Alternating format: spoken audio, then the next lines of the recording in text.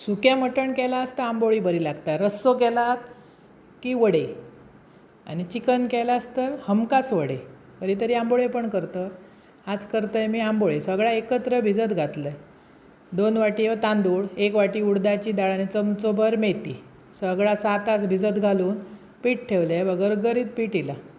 नंतर भिड्याक लावले तेल कांद्यान, सुगंध भारी येता, कारण आज सुक्या मटणाबरोबर खावचं असा ना, एकदम भारी लागतं. असं करून बघा.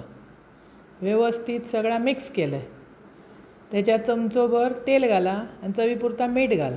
रात्री घालून ठेवलास तरी चलता किंवा सकाळी उठल्यावर घातल्यास तरी चालता. सध्या उन्हाळो असावं, गरगरीत पीठ येतं. पावसाळ्यात त्याच्यात मिरची अशी घालून ठेवची लागतं. पावसाळ्यात पीठ येऊक मागणार नाही. आणि आता सगळं डबो मोठो ठेवचो लागतं, नाही तर डब्याच्या झाकण्यासकट बाहेर पीठ येतं उन्हाळ्यात. गरमी पण भरपूर असा ना, जाळीदार घावणे येतात आणि मऊ लुसलुशीत राहतात. एकदम चविष्ट. मी रेशनचे तांदूळ वापरते, तुम्ही खयचेही वापरू शकतात, पण जरा जाडो तांदूळ घेतलास ना तर ते भुसभुशीतपणा त्याका चांगला येतं. सगळं जाडसर काढायचं. थोड्यांक पातळ आवडतं, थोड्यांक जाड. आंबोळी ही जरा जाडसरच होई, एकदम पातळ नाही, म्हणजे डोसो झालो. अशा आंबोळ्यो करा, खावा. बरोबर मी केल्या सुक्या मटण काजूगर घालून. आवडतला तुमका, आणि आवडल्यास पटकन माझा चॅनल सबस्क्राईब करा. खावचे गोष्टी.